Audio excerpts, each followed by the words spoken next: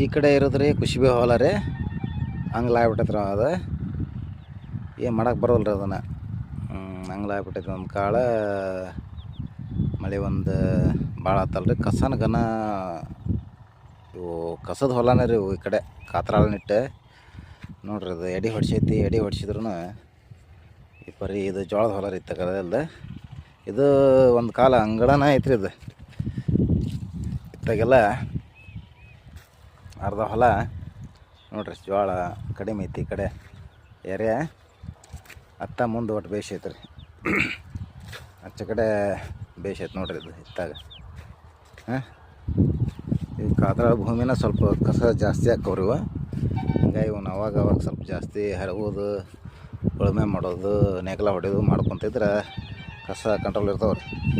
ನೋಡ್ರಿ ಜೋಳನೂ ಇದು ಹುಳ ಬಿದ್ದೈತ್ರಿ. ಇದಕ್ಕೆ ಲದ್ದಿ ಹುಳ ಅಂತಾರಲ್ರಿ. ಈ ಗೊಂಜಾಳ ಕಷ್ಟ ಬರ್ತೈತ್ರಿ. ಇದು ಲದ್ದಿ ಹುಳ ಈ ಜೋಳಕ್ಕೂ ಶುರು ಆಗ್ಬಿಟ್ಟೈತ್ರಿಪ್ಪ. ಏನು ಇಲ್ಲಿ ನೋಡ್ರಿ, ಮತ್ತು ಲದ್ದಿ ಹುಳದ ಕಾಟ ಜೋಳಕ್ಕೂ ಶುರು ಆಗ್ಬಿಟ್ಟೈತಿ ನೋಡ್ರಿ. ಯಾವ ಪರಿ ಐತಿ ಇದು ಲದ್ದಿ ಹುಳ.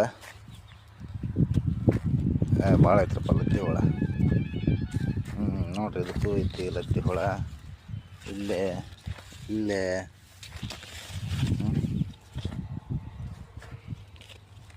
ನೋಡ್ರಿ ಎಲ್ಲ ಎಲ್ಲಿ ತಿಂದುಬಿಟ್ಟತ್ರಿ ಇದು ಹುಳ.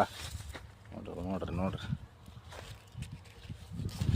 ಇದಕ್ಕೆ ಎಣ್ಣೆರ ಗುಳಿಗೆರ ಹಾಕ್ಬೇಕ್ರಿ ಇದಕ್ಕೆಲ್ಲ. ಅಂದ್ರೆ ಇದು ಭಾಳ ಸಮಸ್ಯೆ ಈಗೇಡಾಗತ್ತೆ. ನೋಡ್ರಲ್ಲ ಬಾಬಾ ಎಲ್ಲೈತೆ ನೋಡ್ರಿ. ಇದು ಒಳಗೆ ಹಿಡ್ದದ ಹುಳ ನೋಡ್ರಿ. ಕಾಣತ್ತೆ ನೋಡ್ರಿ. ಅದು ತಂದತ್ ನೋಡ್ರಲ್ಲ.